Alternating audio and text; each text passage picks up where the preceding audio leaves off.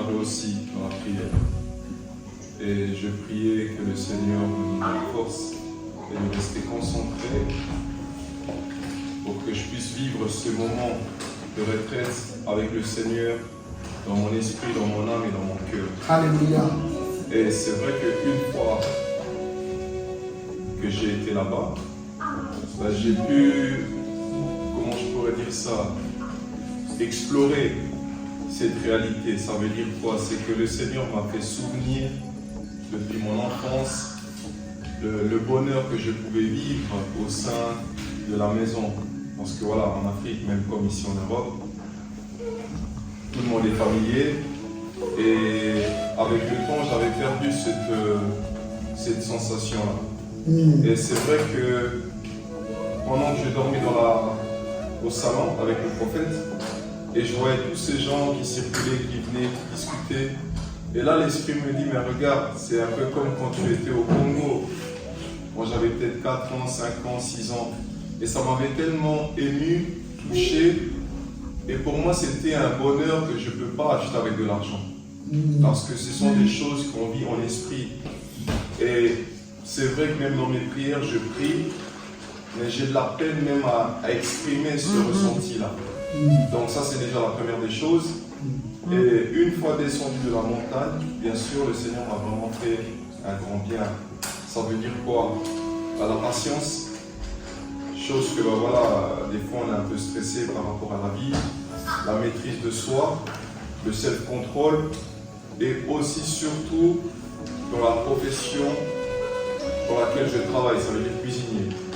Parce que j'ai vécu cette semaine, vraiment j'ai expérimenté des choses en esprit. Ça veut dire que vous êtes face à vos collègues qui stressent, mais je sais pas, j'ai senti une force au-dedans de moi qui me surpassait. J'étais même des fois étonné, mais tout ça, ça se passait dans mon esprit.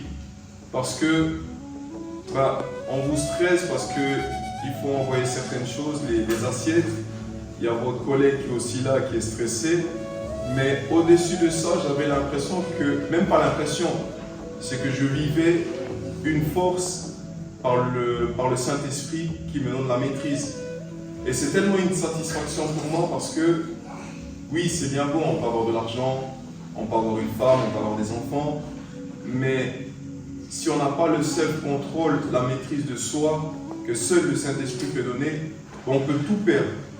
Et par là, je commençais à comprendre certaines choses que j'ai peut-être perdues dans le passé à cause de cette manque de confiance. Donc quand je dis que le Seigneur a fait énormément de choses, voilà, ce sont des choses qui sont spirituelles.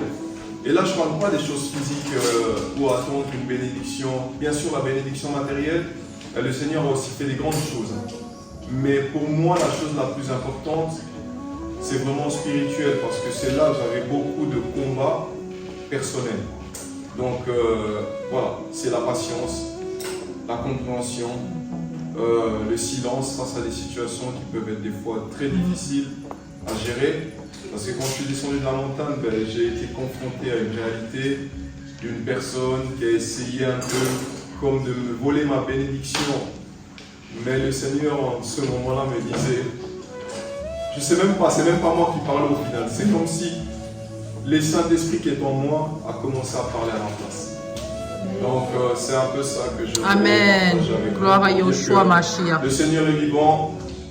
Ne me voyez pas comme ça, parce qu'au-dedans de moi, je suis tellement heureux, je suis tellement en paix. Malgré que je suis fatigué, épuisé, mais voilà, j'ai envie de sauter, jubiler. Alléluia.